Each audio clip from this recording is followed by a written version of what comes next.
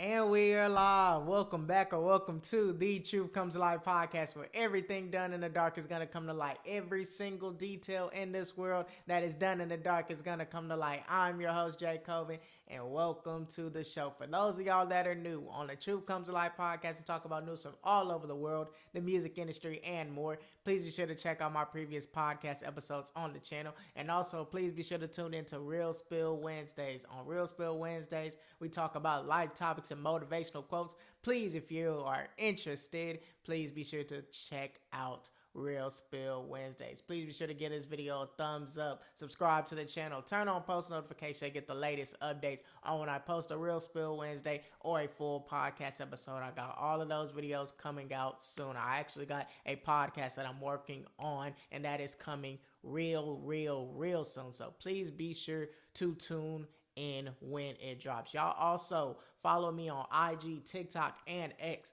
at the Truth Comes to Light podcast, because who knows, whatever I post on one of those social media platforms is like a foreshadow on what the next podcast episode could be about. But if you don't follow any one of those pages, you will not be updated on what's going on, what I do talk about on those social media pages, and even the things that I don't talk about for the next podcast episode that I do talk about on one of those social media platforms. We can go back and forth. I want to hear y'all opinions on certain topics that I post, and I want y'all to feel as though y'all can talk to me and we can talk to each other on the social media platform. So please be sure to follow those accounts. I really love y'all. I really appreciate y'all for supporting the channel. We're at over 160 videos. I really appreciate it. Y'all keep on liking, y'all keep on commenting, y'all keep on sharing the video, and I'm gonna keep on bringing y'all the content every chance that I get. We are staying consistent, y'all, and I love each and every one of y'all for the support from the bottom of my heart. Just trust the process, and in due time it will happen. This will happen. The Truth Comes to Light podcast will be there. So keep on supporting. I love each and every one of y'all. So with that in mind, let's get straight into this podcast episode. I am excited, y'all. I am excited. We haven't talked about news from the rap industry, music industry, in a couple of weeks. It's been like 3 weeks since I didn't talked about it, but there has been a lot of news coming, a whole lot of news coming. And with me, when news does come out, I tend to wait a little bit until more news comes out, and everything that needs to be out, because I don't want to misgive y'all information or give y'all some things and then later down the line more things is going to happen within that time frame, and more info comes about in regards to what topics I do end up speaking on. So I kind of waited for some of these topics, but now I feel as though it's the right time to talk about it. But we're going to start off with one of the biggest, the best rapper, female rapper in the game, Nicki Minaj. She finally drops Pink Friday 2. Sold 22K first week, 22 soundtrack album with features such as J Cole, Lil Wayne, Drake, Lil Uzi Vert, Future, and a whole lot more rappers. It's been 13 years since the last Pink Friday came out, and she just dropped Beam Me Up, Scotty, I believe in 2021, if I'm not mistaken. But she comes back and she drops Pink Friday 2. And I will say, for her album to sell 222K first week, it was projected to sell 200K first week, but it ends up selling 222K first week. It's a huge W for the Barbs. It's a huge W for Nicki Minaj, and this album, it's a good album. It is a really good album for a female artist. It is a good album. Now, obviously, with female artists, you're going to have some songs that are going to talk about things that the males wouldn't really get interested, to songs like Pink Friday, Girls, songs like Cowgirl, and other songs like Ford from Trini. But like those songs like that are like, I'm not going to be interested in it. Other people that really don't listen to Nicki Minaj aren't going to be interested in those types of songs. But with Nicki Minaj, we know what we're gonna get. We know that she's going to drop some bars. She's gonna drop some bars in her songs, and she's also gonna drop some songs that are strictly for her core fan base for the barbs. So songs like "Let Me Down" with J. Cole, songs like "Needle" with Drake, that's songs that really are for everybody.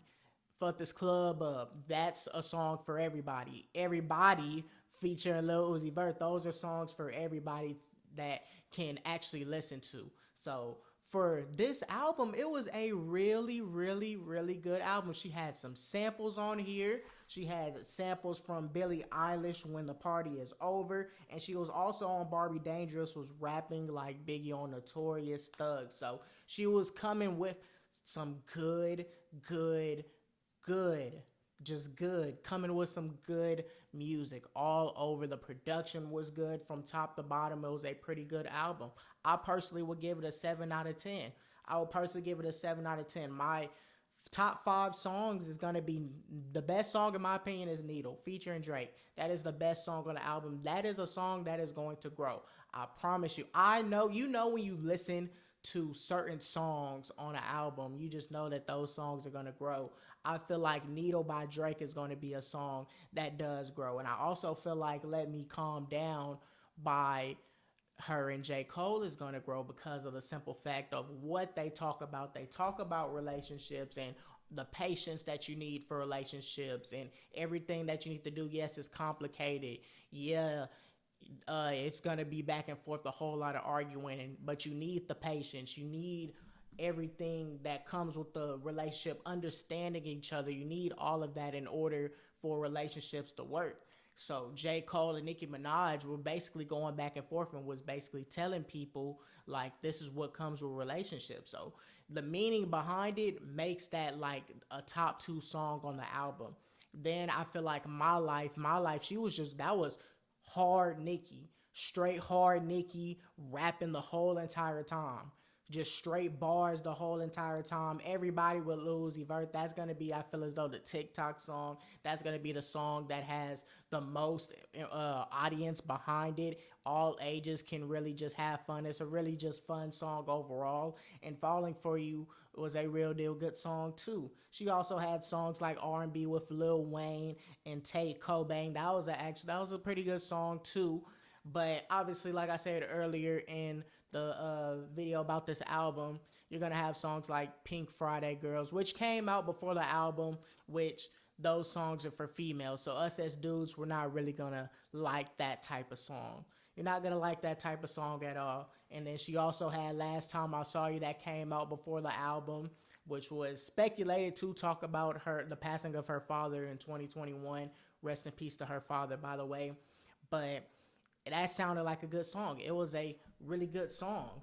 And then she also had Red Ruby the Sleeve that came out before the album. That was a pretty good song. So overall, as an album, it was a really good album for a female. You got to open your ears. When you listen to Nicki Minaj, you got to open your ears. And I said this about Nicki Minaj in my earlier podcast. It was like in July when I made this podcast. Nicki Minaj is a better rapper in regards to bars than Cardi B, but at the end of Cardi B's like career, statistically she gonna have better stats. But is she a better rapper than Nicki Minaj? No, I don't think anybody could come close to Nicki Minaj in the game in regards to rapping. Her bars will always be there. Her bars is just gonna be top tier. So with this album, we all knew what we were going to get from Nicki Minaj. It wasn't going to be anything swaying totally different. It wasn't going to be something coming out of left field. It was going to be an album strictly for the barbs, strictly for her core fan base. And I feel like if you open your ears, you'll actually enjoy some of these songs. You're going to actually enjoy some of these songs.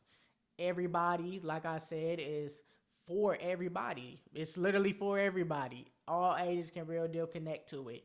Needle with Drake, that's a song that is literally addicting. The first time that I heard that song, I was stuck on that song. That song had me on repeat.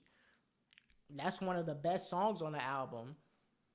Same with Let Me Calm Down with J. Cole. That's one of the best songs on the album because it has meaning behind it. Most of her songs have meaning behind it. The album came together and it was a really good album for her after not dropping in a couple of years, ever since Beam Me Up Scotty in 2021. So she comes with Pink Friday too, and it's a overall good album. Other songs that I liked too was Beep Beep, Last Time I Saw You, like I said, Red Ruby Sleeve. That was a good song. And yeah, the production was just a very good song first listen. Now, you can actually go back and find some songs. For casual Nicki Minaj listeners, you can go on this album and actually find some songs that you actually like. It's not just a straight female, all she talks about is just straight female things that us males is not going to be interested in. You could actually go down the list and find songs. The first song, Barbie Dangerous, the second song, Fuck This Club Up. Good songs on there. Let Me Calm Down, Everybody, Needle with Drake. Those are actually good songs. My Life, good songs. Last Time I Saw You, good songs that have meaning behind it. So all the casuals can just come and listen to the album and actually enjoy the album. It's not a bad album. You can't just sit here and just be like, okay, just because this is a female, I'm not going to connect to the album just because it's a female artist. Like, nah, there's going to be some songs that you like. You just got to open your ears. With this album, you got to open your ears. Anytime you listen to a female artist, you got to open your ears, especially if you're the other gender. If you're a male, you got to open your ears. Same with females. If they listen to male artists, they got to open their ears. And that's just what it is with Pink Friday. So for Pink Friday to come out 13 years after the first Pink Friday, obviously, is it going to be a classic like Pink Friday based off how it's going? I don't think so. But it's a good album. It's not like one was very, very, very good and this one was trash. This album is far from trash. This album is far from trash. It's far from mid. And 222K for someone her status as a female, she's selling more than these male rappers, as she should. So with this album, it has some replay value. You can go in this album and find songs like Needle, My Life, Falling For You, Let Me Calm Down with J. Cole. All the features, what I will say about this album, did good. It wasn't no feature on here that was just like trash.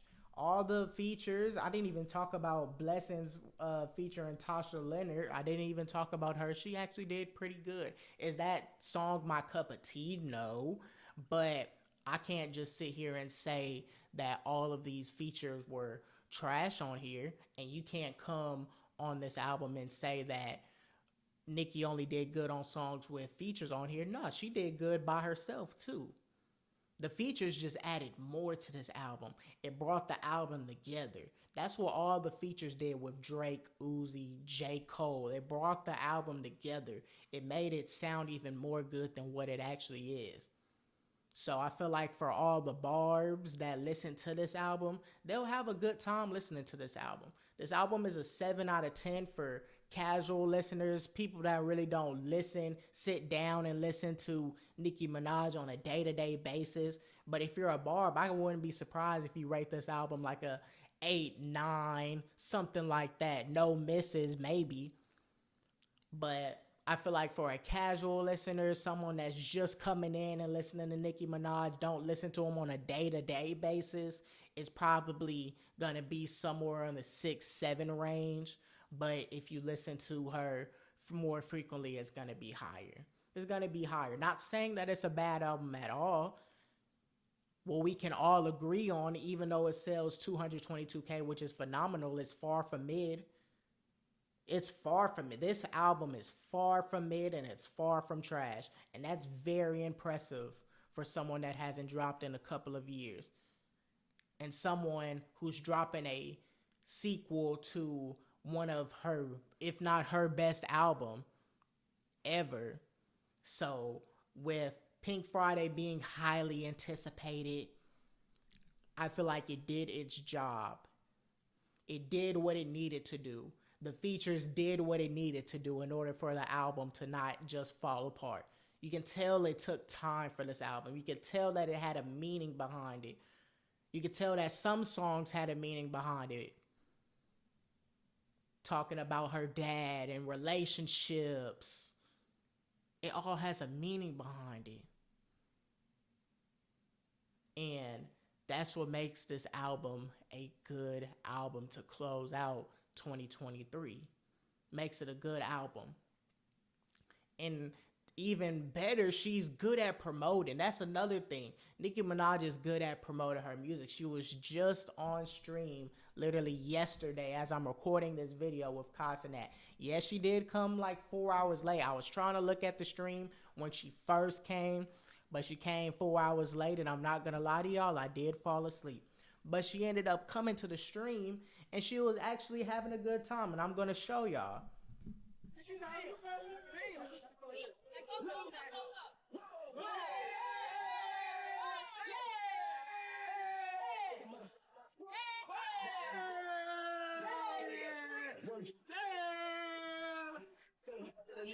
So you see, she's dancing, she's having a good time, like, and Casanat has so much power.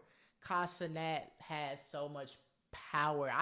Who would have ever thought that Casanat would have someone like Nicki Minaj on her stream? The fact that he got someone that big, the biggest female artist in the game, that just shows how much power Casanat has. And Casanat can talk and connect with any one of the people that has been on his stream. He's tried to the best of his ability, and he got someone that's almost twice his age. Nicki's 41 years old, and they were able to connect. It just seems like an auntie nephew, literally. They were able to connect, and the whole live was just fun, and he literally brings people on here to promote the music, and it was a smart business decision on both ends. It was a smart business decision for Casanat, for, the fans, and it was a good business decision for Nicki Minaj and her album that just dropped. Everybody was on that stream. Everybody was on that stream. It had like millions of people on there. I think like 3.1 or something. It was something crazy. Something crazy to promote the album. It brought more people to the stream, and it just promoted her album even more. And seeing what Casanat is doing, all you can do is just applaud what he's doing. You got to give him a round of applause, because he does it with everybody that he can. He does it with everybody. And this was a smart business move for Nicki Minaj for her album. And this album was far from trash. And what she did for a 41 years old,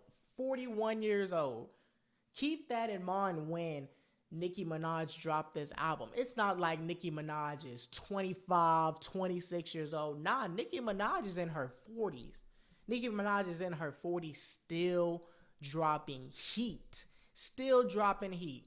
Now, is it better than The Blueprint or anyone or those type of albums? Like, nah. It has songs. It does have songs. But top to bottom in regards to rapping, nah, it's not going to have anything like The Blueprint. It's going to have some Anaconda type songs on here. Pink Friday Girls. Like, it's songs that dudes aren't going to listen to.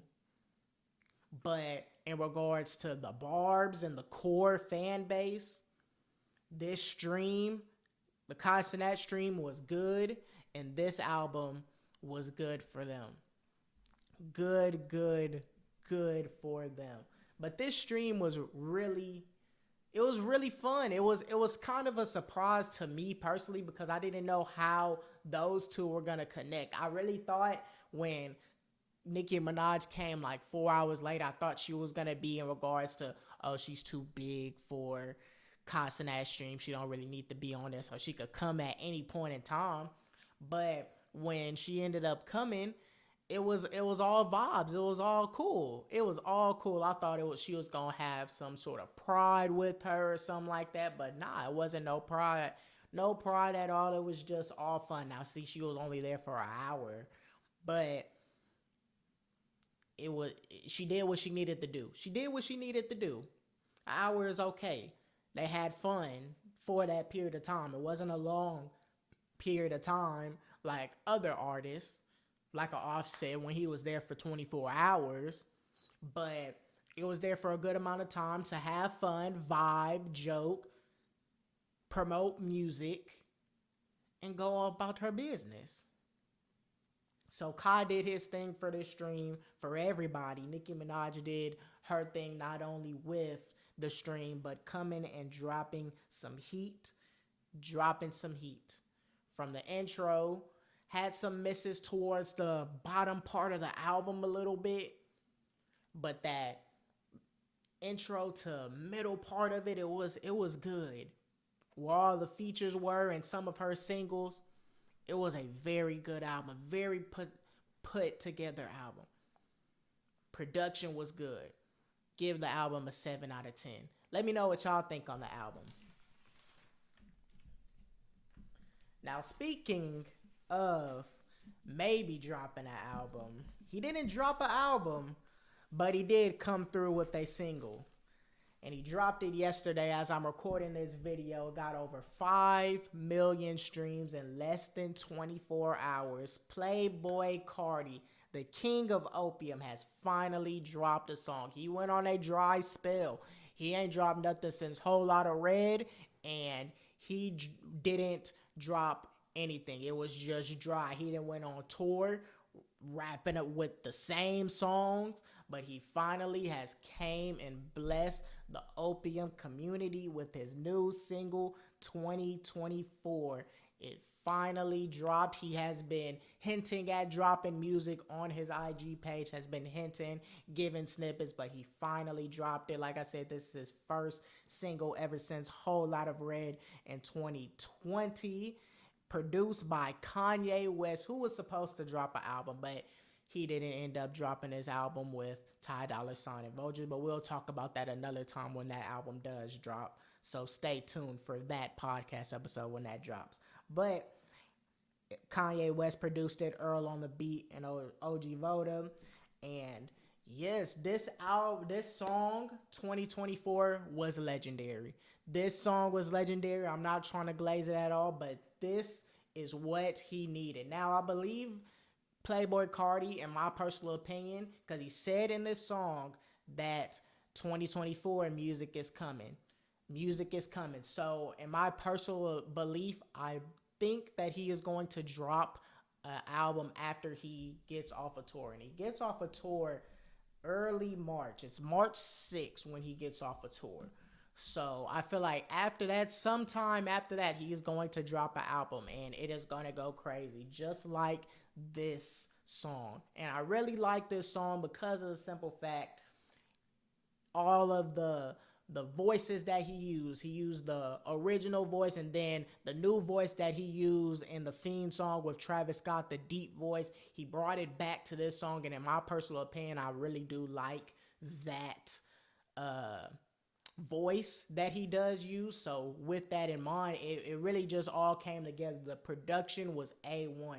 Kanye West, Earl on the beat, OG Voda, they all came together and produced a masterpiece in regards to the beat. It was a full masterpiece. So it's like you really can't lose. For those of y'all that were waiting for Kanye West to drop his album, he dropped something with Playboi Carti and produced it. So it's like it's a win-win situation. And Playboi Carti didn't disappoint.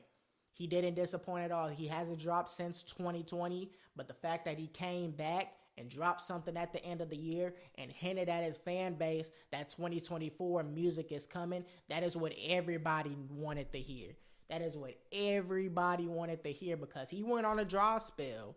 He went on a dry spell, and I don't know what was going on. I thought he could just drop music and just stop it for years and just get away with it. Nah, you just can't do that. You can't do that. So he finally came and dropped something. He literally dropped in 2020 and just went ghost on everybody. And then he finally dropped his single, and this single has been on repeat. This single has been on repeat. I suggest y'all to check out 2024. I suggest y'all to check out 2024. I love the ad-libs that he used. I loved everything about this song. This is a very good song.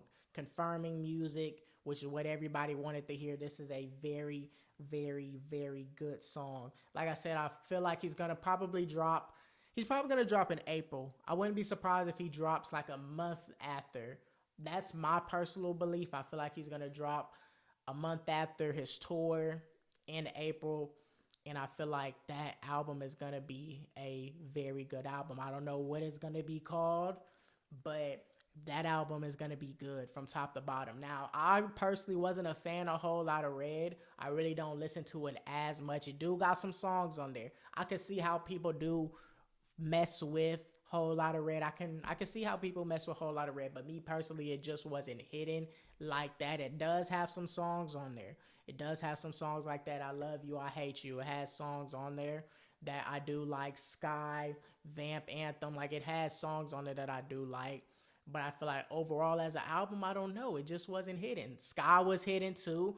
But I don't know. I just feel like it just wasn't hitting to me overall. But I can see how y'all do like that album and how it can be considered a legendary album. But I feel as though his next album that he does drop after Whole Lotta Red, it's going to be better than Whole Lotta Red. It's going to be better than Whole Lotta Red. Mark my word on it. Mark my word on it. It's going to be better. My personal favorite song by Playboi Carti is Long Time. Let me know what y'all favorite Playboi Carti song is. And no, I'm not talking about leaked songs. We're just talking about released songs that he has dropped. Because obviously we can go on and on and on about leaked songs. But the songs that he has released officially, I personally would say Long Time is his best song. It's for sure a top 5 song. It's for sure a top 5 song. You cannot deny that Long Time is not a top 5 song. You just can't. But I feel like that is his best song. His best song. Let me know what y'all think his best song is. But 2024, he confirmed that music is coming. I wonder if he's going to have features on this album. I know he's probably going to have Kanye on it. That's going to be facts. He's going to have Kanye on it. Now, see who else he's going to have on the album. I don't know who he might have on the album. Who knows who he might have on the album? Maybe Travis. I don't know. I don't know who he might have on the album. Knowing him, you don't know how Playboi Carti's going to come. He may come. The deep voice that he had, that was so left field when he sung it in Fiend. That was left field, and now he brought it in this song. So who knows? He might throw something left field that we not even expecting. But that's what people like about Carti. That's what people like about Carti. He comes different. You don't know what he's going to come with. And he started this whole opium trend, and now everybody is following Carti. With what they wear, the all black, how they flow on songs. This all branches from Playboi Carti. That's what makes him the king of opium. And everybody wants to follow that. Your Destroys, your Ken Carsons, all of these people, this branched off from Playboi Carti. All branched off from Playboi Carti. They all want to do the same thing, but tweak it a little bit to make it theirs. So Playboi Carti, all of opium, he has everybody behind him. And the power that he has, like, it's crazy. So this album that he does drop, I don't know when he's going to drop it. I believe he'll drop it in April. I personally believe he'll drop it in April, but I wouldn't even be surprised if he drops it way later in the year. But I know for sure it's going to be after his tour. It's going to be after his tour. This song, 2024, was a step in the right direction. He's always been in the right direction. But for his fans, for people that really wanted music from Playboi Carti, because he hasn't dropped in so long, hasn't let people know. Yes, he's been on feature with Travis Scott and Fiend, but his own music he hasn't dropped in so long. Since he dropped 2024 and they got over 5 mil in 24 hours. Do you not know how crazy that is? In less than 24 hours, it got 5 mil. That's a step in the right direction. And this song is one of them ones. And I feel like with Opium too, once you get in the Opium, it's like something in regards to you can't get out. You just can't get out. You're going to forever just be stuck in wanting to listen to Opium. It's addicting. It is. I can see how people love Opium rap. I can see it. I can see it. Even what they wear, I can see it. Cardi has started this and brought a whole lot of people with him and has influenced so many people to want to be like Cardi and rap and do how they move like Cardi and add their own variations to it.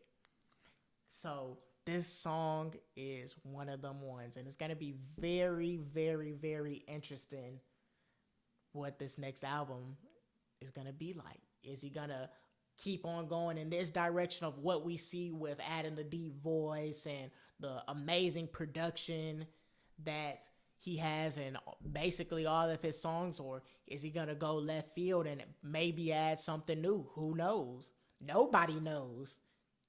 So we're gonna have to see what that album is going to be like. Very good song. Very good song. Now, we are going to talk about one of those topics that I said earlier about I wanted to wait until more information came out before I talk about it, because this topic is sensitive to an extent and I wanted to get all of the stories before I talk about it.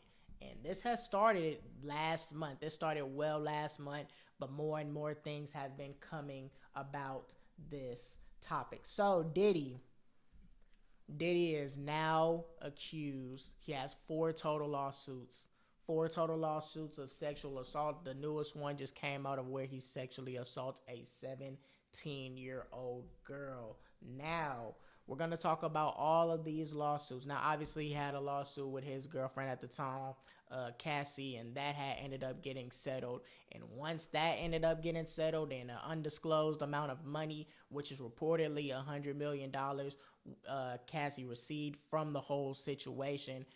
Now these lawsuits are starting to come like wildfire, and everything that has been coming from that in regards to Diddy's career, it's just been on a downhill train in regards to sexual assaults coming back and forth. Him stepping down from his Revolt brand, him not getting his reality series show, produced. That is just falling apart now ever since all of these lawsuits. So we're going to talk about all of these lawsuits. So after the Cassie lawsuit, there was a lawsuit by Joy Dickinson that alleged that Combs drugged, sexually assaulted, and abused her, and that she was a victim of revenge porn created and distributed by the rapper. The suit also names Combs Company by Bad Boy Entertainments and Comb Enterprise as defendants. Was filed under the Adult Survivors Act, which allowed alleged victims of sexual abuse a 1-year period to file civil suits for offensive beyond the typical statutes of limitations. Thursday marked the final day under the act, and basically what had ended up happening was she got basically invited to a house, and what had ended up happening, she had met Diddy and a person by the name of Aaron Hall, who was a songwriter at the time, and basically Diddy had offered them drinks, tried to drug them, tried to get them to drink as much as they possibly can, and once they drunk a certain amount, they will basically go in this room. Diddy would take them into this room and would basically repeatedly sexually assault the girl. Literally sexually assaulted the girl and basically leaving her unconscious. And she ended up escaping, and after that, she had ended up feeling traumatized by the whole situation. And here was the other girl, the 17-year-old girl. This is her statement. And this happened nearly 20 years ago.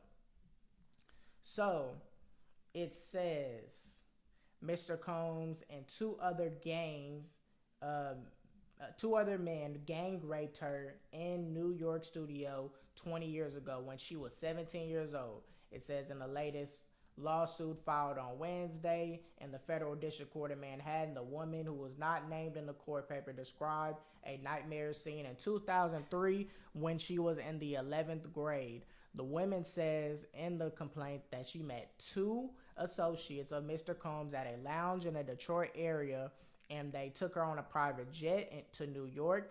There, the suit says three men gave the women a copious amount of drugs and alcohol and took turns raping her in the studio's bathroom as she drifted in and out of consciousness. When they were done, the suit says the woman fell into the fetal position in the bathroom, lying on the floor in pain, and she was soon driven to an airport and put on a plane back to Michigan. In the statement, Mr. Combs says, "Enough is enough. For the last couple of weeks, I have sat silently and watched people try to assassinate my character, destroy my reputation and my legacy. Sickening allegations have been made by me, by individuals looking for a quick payday. Let me be absolutely clear. I do not do any of the awful things being alleged. I will fight for my name, my family, and for my truth." Now, Diddy's fraud, and I'll tell you 100% why.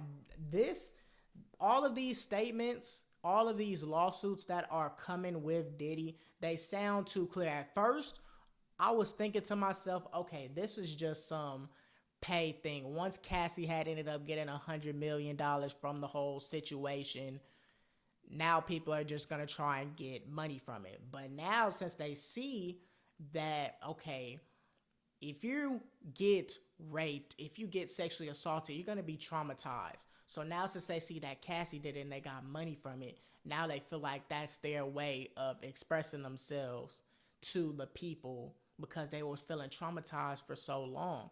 And the way that these stories were coming together and the way how detailed these stories were, no story is going to be that detailed, and they're going to all sound the same on how basically he was engaging in these freak-off sessions and gang raping these women. All the lawsuits are going to say that. And Cassie wasn't saying that Diddy had to invite, that she had to invite all these men, had to go through and find male prostitutes. Well, if that's the case, I know it's not going to be for Cassie. I'm just saying, Diddy's probably engaging in some of that too. So maybe he might have a left hand. He might be engaging in some of those acts. And with these females, these stories are sounding too clear. All of them are saying that he's drugging them, he's giving them a bunch of alcohol for them to drink, and they're drinking so much to the point where they get unconscious. Well, yes, anybody that drinks to the point where they get unconscious, they can easily get taken advantage of at any point in time because they can't control themselves. They don't know what's going on. He's drugging them, giving them all of these drugs that they don't even know. All they did was just get invited to the house, and they think, okay, since it's P. Diddy, okay. They not thinking that nothing is coming from it. But now, since they realize that this person could possibly be a monster, by then it's too late, because they had already got raped. They had already got sexually assaulted. And when you get sexually assaulted, you're going to be scared. When you get sexually assaulted, you're going to be scared. You're going to be traumatized. You're going to be afraid to speak up. Any person that has got sexually assaulted or raped, you probably don't even know about. It could be your friend. It could be someone in your family. You don't even know.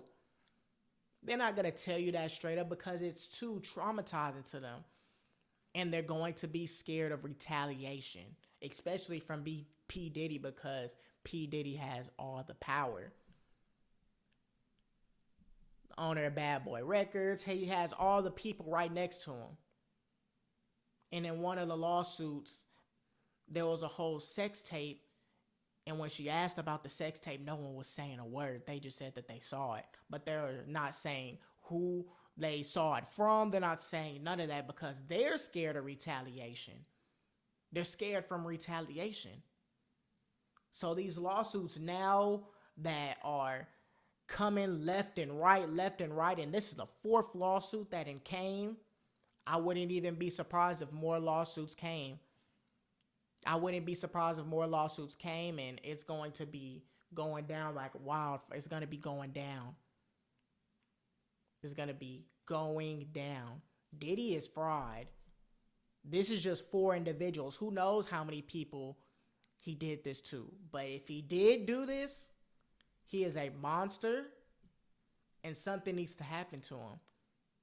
And the fact that Diddy settled with Cassie so fast is an automatic red flag. It's an automatic red flag because of the simple fact he knows that it actually happens. He knows that it actually happens. You're not going to settle with someone that fast. You're going to deny. You know that you didn't do it. But when she wanted that lawsuit and wanted all that money, oh, it got settled real fast.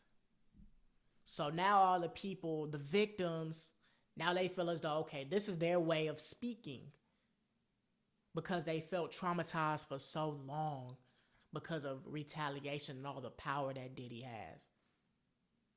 Diddy's losing everything. He's going to lose a whole lot of money. He already has. He's losing his brands. He's stepping down from his brand. His reality show is going to be gone. It's not even being produced anymore due to the sexual allegations. He's going to be fried. Something is going to happen, and he's just losing money left and right. Now, I want y'all to look at these videos, too. And it's from his ex-bodyguard. And I just want you to just look at the video because he's coming out and saying something. The people that Diddy is not paying, they're saying something.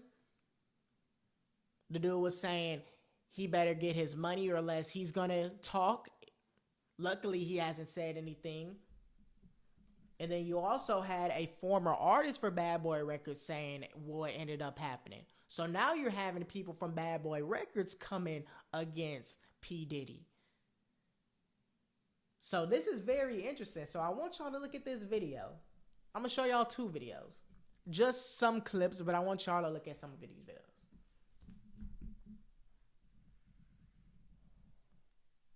Couldn't get into everything because the lawsuit is so long. So looking at this lawsuit, she alleges that, Diddy, he'll make her look online for BBCs for their freak-off sessions. And she say that, in this lawsuit that, Diddy, he enjoyed watching her get smashed by BBCs. So, what you think about that? Do you think she was the only one getting banged by him? And that's got to be 100% true because of the simple fact Diddy is not going to tell Cassie to invite these dudes to search for dudes to come over just for her, just for his enjoyment. Yeah, he's going to enjoy the dude, beating those cheeks of Cassie, but I wouldn't be surprised if he would want to get in on the action as well. That is just straight disgusting. All of this is straight disgusting. Do you think this man had this woman search for prostitutes online? That is just straight disgusting. That the 30 seconds alone was just straight disgusting. And then it was this dude who I just told you, former artist, Mark Curry, basically saying what kind of happened. I want to get your opinion. You was around Puffy, you was on Bad Boy. Looking at this lawsuit, Cassie, she claims that her and Diddy had freak-off sessions where they would get a male You prostitute. talking about the freak-off session where they used to do in the studio and all of that over different entertainers' houses and stuff? Where they be having them parties where they won't invite you to? And they be like, we having a party tonight, but this ain't your kind of party. You be like, yeah, I ain't going. I don't want to go. Freak-off parties, when you go in there and it be, yo, let me tell you something. We used to go in the club. We go into the nightclub, right? And we go and get to the VIP. All of these girls come around the VIP and they just be standing there. And like, let me tell you something, man. I'm going to get back with you. We got to rewind this back. We used to go to when we go to the club, we used to have these bottles, right? And on this bottle, they be regular Moet bottles. On them bottles right there, they've been to have something to make the girls be real slippery and all of this kind of stuff. So when you get up, they be like, don't touch them bottles right there and only drink them bottles right there. So we already knew what the drill was. You just don't mess with them bottles, right? Then all of the girls is in the club after a while. They all running, looking, opening up their mouth like little birds. He's running around just popping pills in their mouth. Pop pill, pill, pill, pill. And then that was the party. And he telling all of what's going on and how he basically drugged all of these victims, telling them that they can only drink for these couple of bottles. They can't drink for the other ones. Who knows what are in those bottles? Who knows what he could have put in those drinks? He could have spiked those drinks. And that's how he basically took advantage of all of these women. Now, all of these are allegations. I want y'all to keep this in mind. All of these are allegations. But if everybody is saying the same exact thing about Diddy and the fetish that he had for not only the women, but the BBCs and having the freak off sessions, quote unquote. If everybody is saying the same thing about Diddy, what would make a regular person like me or someone else wouldn't want to dive in a little bit deeper and see if it's actually true? And with these females, they were scared of retaliation at the time, but now they have a voice ever since Cassie getting settled that fast for millions of dollars. Now they feel like they can do the same thing because at that point in time, they were scared of retaliation. Scared of retaliation. So his revolt, he stepped down from that. His reality show is going to be gone until all of this sexual assault stuff is over, which even with it being over, it doesn't look good on Diddy. It doesn't look good on his image. His image is already messed up. People already think Diddy is a monster. People think Diddy is this evil person that preys on girls, young girls at the time. But if they were underage minors, 17 at the time, to being at Syracuse University, he didn't care. That's what people are going to think. And he was just spiking these drinks and taking advantage of these girls. And taking advantage of these dudes too. So he might have a fetish for these dudes, but if all of these allegations that have came out are true, it's not a bad look, and Diddy is a monster for that. And you wouldn't want to wish that on anybody, that they have to go through what these victims went through with Diddy. He deserves everything that comes with it if it's true. He deserves everything that comes with it if it's true. So it's going to be very interesting what happens with all these lawsuits, how they get settled, if they get money or whatever. But do I think it's a money grab? No, because all of these stories sound exactly the same. And now you have people coming out and expressing themselves, expressing how they feel, expressing what was going on at the time. They're admitting to it. All the evidence is in the pudding. The proof is in the pudding. Videos are coming out. People are unhappy because of what Diddy was doing to his people.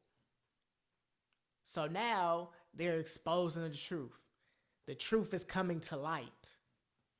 And that is exactly what's happening. That is exactly what we're witnessing with this Diddy situation. So if this is all true, Diddy is a monster and he deserves everything that comes with it. Every bad thing that comes with it. So let's talk about Dominique Jones, should I say. I said Jennings. Dominique Jones, should I say. Lil Baby released 2 songs. 350 and Crazy. They both came out yesterday, as well as I'm recording this video the same day as Playboi Carti when he released 2024. He released 2 songs. Like I said, 350 and Crazy. And when I tell you, the fall off of Lil Baby is real. It needs to be studied. It needs to be questioned. I'm going to get straight into it. It needs to be studied. It needs to be questioned. Something about Lil Baby, and I said this earlier in my podcast episodes down the line when I first started making podcasts. I think it was my first video when he dropped Merch Madness. I talked about it. It's just sounding the same. And I feel like Lil Baby, he took some time off. He posted on his IG saying that he was in album mode. He posted a picture of him in the studio, and he ended up dropping these 2 songs. And these songs just aren't hitting. These songs are not hitting. They're sounding the same. How in 350, how do you sound lower than the beat? The beat sounds higher than your voice. He sounds so far away from the mic. You can barely hear him. And it sounds the same. He took some time off from his album. Didn't drop anything. He probably heard everybody was saying that his album sounds the same, the songs sound the same, and it's not hitting. So he took a break and he tried coming back and dropping some new songs. And these songs just wasn't hitting. These songs just wasn't hitting at all. Something has to change. It's not hitting the same as a My Turn or Pure Cocaine or Street Gossip, that entire album. It's just not hitting. It's not hitting at all. Something just has to change. It's not even hitting the same as the Voice of the Heroes with him and Dirk. It's not even hitting like that. It's all starting to sound the same, and all the Lil Baby fans and people that listen to Lil Baby casually are starting to realize that. They're realizing that, okay, something has to change. Because when you get too caught up in, being a fan and you're so diehard of a fan, no matter what a person drops, it's going to be hard. It's going to be hard. Whenever you're a diehard of something, no matter what they drop, it's going to be hard. It's going to be hard. It's going to be hard. But after a while of hearing the same thing, it's going to get to you and it's going to be like, well, something has to change. This is the same. When you keep doing something over and over and over and over again, it's cool until you keep on doing it too much. And it's like, well, something has to change. I'm going to get bored. When you play a video game, you play it over and over and over and over again. It's fun. Eventually, you got to play a new video game because that video game is getting boring now. When you drop music, you can't sound the same over and over and over again. You just can't, because it's going to get repetitive and people are not going to like it. It's not going to hit as when you first did it. You only get a couple of times to repeat what you do before it gets too repetitive and fans are going to not like it. So with Lil Baby dropping 350 and Crazy, Crazy sounds like a song that we've already heard before. The flow sounds the same. 350, he sounds like he's this far back from the mic. He sounds like he's this far back and the beat is just high. You can hear more of the beat than you can his actual voice. And I know someone that really does listen to Lil Baby like that, and he was saying that it wasn't a good song. It wasn't a good song. So it's like the fall off of Lil Baby really needs to be questioned. Do I feel like he has something in the tank? Yes, I feel like he has something in the tank. Lil Baby is one of the most talented rappers in the game. I will not take that away from him. All the music that he has dropped in the past, you can just respect it. You can only respect what he's dropped. He's very talented. So we know Lil Baby has something in the tank, but the more he drops something that's repetitive, the more fans are going to be questioning, well, does he really have some more in the tank? Or is it just going to get stale and stagnant and everything is going to sound the same? So this album that he does drop, and he says that he's going to be in album mode. Whenever that drops, that's going to be probably either early this year or late this year. Whenever he drops it, he has to add something new to it. Because I'm pretty sure he's heard his fans say that it's only me. Yes, okay, it sold 500K. Yes, you got to respect that it sold 500K. But does it have the replay value? No, it doesn't have the replay value to it. Most of those sales came when he first dropped it. But the longevity of It's Only Me is not there at all. The longevity of My Turn is still there. The longevity of The Voice of the Heroes is still there. And his older songs are still there. But his newer songs don't have that longevity to it. 350 doesn't have that longevity to it. Crazy just isn't going to have that longevity to it because you can easily find a song that sounds like Crazy. You can easily find a song in Lil Baby's catalog that sounds like Crazy. So it's getting repetitive. But he's a talented artist nonetheless. You cannot take that away from him. You cannot sit here and tell me Lil Baby is not talented. You can't. It's just getting repetitive. So now you're going to have people question. But we know Lil Baby has something in the tank. He has to pull something from that vault because these songs like Crazy, which was a leak, it wasn't even good for a leak. It just wasn't hidden like that. But if he could pull something, change something, because I know he hears his fans. And I'm telling Lil Baby this because I actually like your music. I'm saying that you're talented. You can pull something from out the tank, bring it to the fans that's different. You can bring something that's different.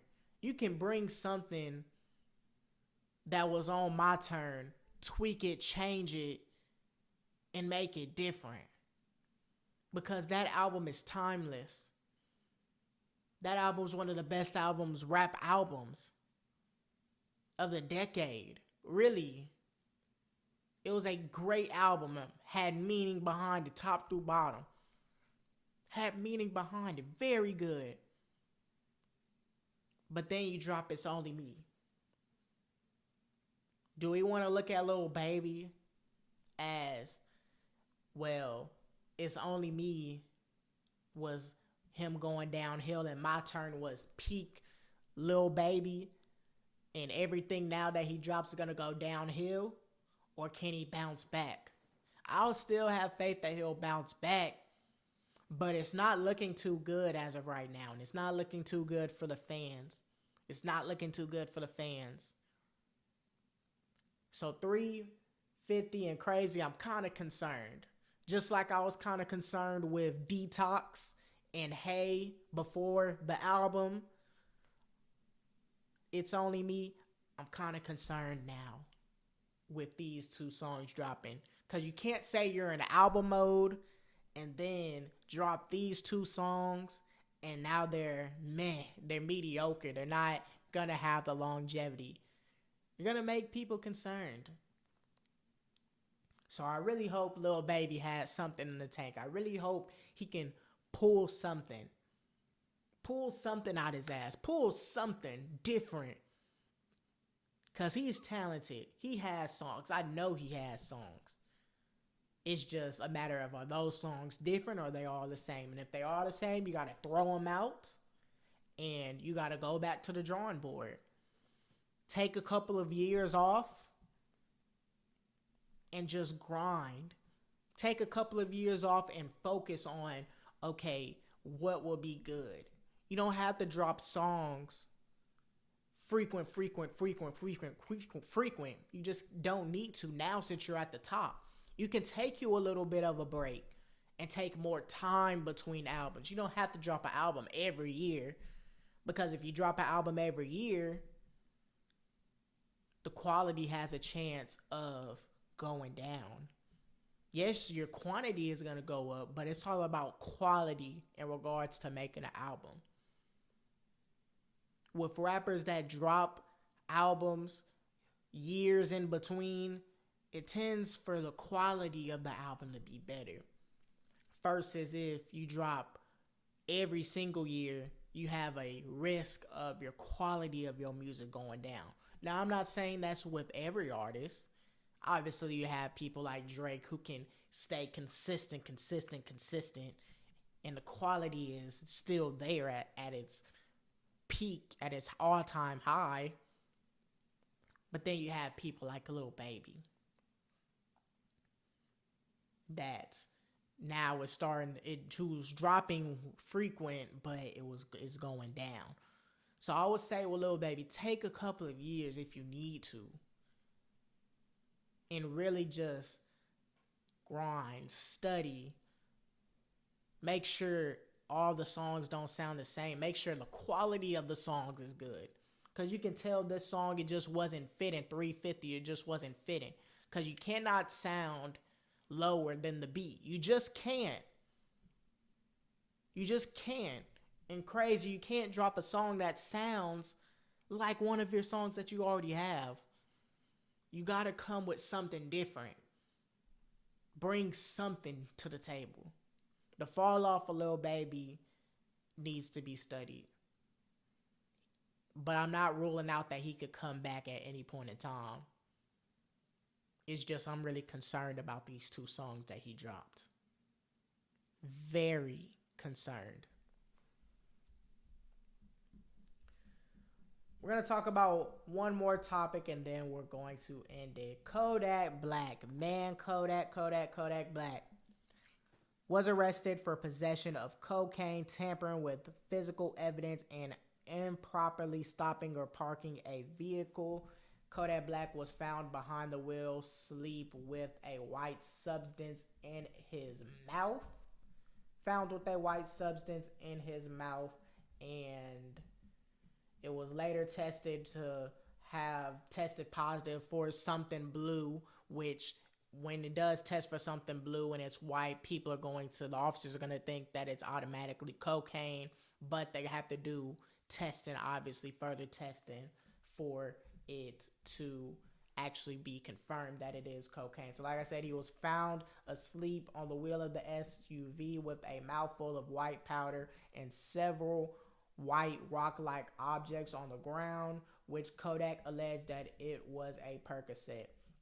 The arresting officers tested the powder on the scene and says it came back positive for cocaine, but Kodak's attorney says the test they do is presumed test for a legal substance. It just turns blue. So, like I said, since it's white, automatically they're gonna think of some sort of cocaine, and it looks, rocky, like they said, has cocaine. Here's my thing with Kodak. Kodak admitted that he used Percocets. Kodak admits that he uses lean. Kodak is a functioning drug addict. He is a functioning drug addict. He can get things done being a functioning drug addict, but you cannot do these hardcore drugs. He was already arrested back in 2019 and had to serve a 4-year sentence. But if it wasn't for Donald Trump coming in and splitting it in half, he would be in jail for 4 years. Kodak has been in jail so many times for these drug possessions. Yes, he's out on a $75,000 bond, but has a criminal history. And Kodak Black is very talented. But it feels like with Kodak Black, it's like he finds a way to, once he drops music, it's like once we think he's going up, he goes to jail. So now he's gone. So then it's like once we think Kodak Black is off, he comes back and drops some heat. And then he drops heat, and then he goes to jail. He just dropped Super Gremlin like a couple of years ago, like last year or something like that, or 2 years ago. And that was getting nominated for a Grammy. You can't do that. He will drop Feelin' Peachy. He will drop more songs. Drop Cutthroat Bill Volume 1 with songs like 300 Blackout, Hop Out Shoot. And then he dropped Back for Everything, that album with obviously Super Gremlin, Love and War, Back for Everything, I Wish, You Same Boo. Having songs on these albums, good songs. And once we think Kodak Black is going up, he goes to jail. And it's like, dang, he's on the right direction every single time, and then he goes to jail. And it's a sad sight to see somebody have this type of addiction to these hardcore drugs, to these leans, your cocaine, Percocets. It's a sad sight to see, not only for rappers but anybody. Because once they get hooked, it's hard for them to get hooked. He was on IG Live saying that he's trying to get off of these drugs. He's trying to clean himself up. He's been in rehab. But when you see people like that, it's hard. It's hard for people to get off hardcore drugs. It's hard for them to do what they want to do. Clean without relapsing. That's a bad sight to see. That's a bad sight to see. And with Kodak Black, Kodak is too talented. Kodak can make hits. He's too talented in order to just get put in jail. He's too talented to just get off the streets and be in jail. He should be continuing making hits.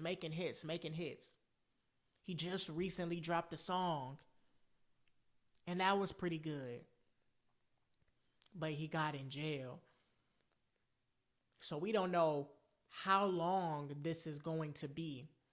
Now, it does say that those Percocets that he does have are prescripted, but you cannot be behind the wheel. When you take hardcore drugs, you cannot be behind that wheel because you don't know who you could hurt. You don't know who you could hurt out here in these roads. You could fall asleep behind the wheel while the car is running, and you can go and just crash and hit somebody dead on. So it's fortunate that Kodak Black didn't end up hitting nobody and the car was stopped. He was just behind the wheel. But who knows? What if that didn't happen? What if he was just off of these drugs and he hit somebody?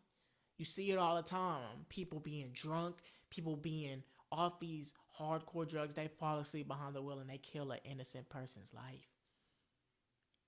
Boom, just like that. It goes from you having drugs in your system to now you have vehicular manslaughter. Vehicular manslaughter, that's the word. Vehicular manslaughter. You don't want that to happen. And you're going to have drug charges with that. They're going to automatically test you for any drugs. And they're going to see, oh, you had Percocets in your system, or you had cocaine in your system, or whatever drug that you had. And you're going to get even more time. You're going to get even more time from it. Kodak Black is too talented. All his Project Baby, all of these albums that he has, Cutthroat Bill Volume 1, even his older albums. He's too talented to just lose himself on the drugs and now be in jail. When he can drop a hit. When he can drop a hit at any point in time. Super Gremlin was one of the best songs out for that year. And it was going in the right direction. He gets busted again. I really want to see Kodak Black get off of these drugs. Hopefully, he can get off these drugs. And you want to wish that with everybody too. Not only with rappers, but with people in general. You don't want them to get influenced to hardcore drugs. And if they do, you want to see them off of it. Because it can really affect your brain. You can die at a young age. You can die at any point in time, or you can hurt someone else at any point in time. But using it behind the wheel is unacceptable. You can't do that because you can not only hurt yourself, but you can hurt other people. So hopefully he realizes this from this situation. Hopefully he realizes this from this situation. And if he does get found guilty on whatever charges they have against him, whether if this is prescriptive, the fact he's going to have a charge in regards to drugs, because you can't have drugs in your system while you're driving. You can't. Improperly stopping a vehicle, you can't have that. So if he does get sentenced to a lot of jail time, hopefully it isn't. But hopefully he can learn from this situation. And hopefully he can get off these drugs because of the simple fact he can hurt somebody. Don't do drugs. It's very addictive and you can hurt somebody. You can hurt yourself too. You can die at a young age. You don't want that. You don't want that at all. You want to stay healthy. You want to stay clean. You want to be able to control yourself. You want to be able to control yourself in any situation.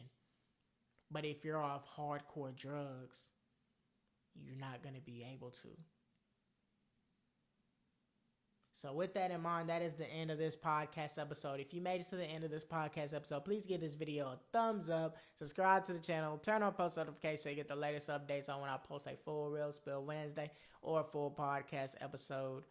Y'all follow me on IG, TikTok, and X at The Truth Comes Alive Podcast. I love each and every one of y'all from the bottom of my heart. From the bottom of my heart. Let's keep on running this up.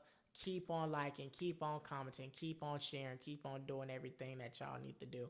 And with that in mind, I love each and every one of y'all, and y'all have a nice rest of y'all night.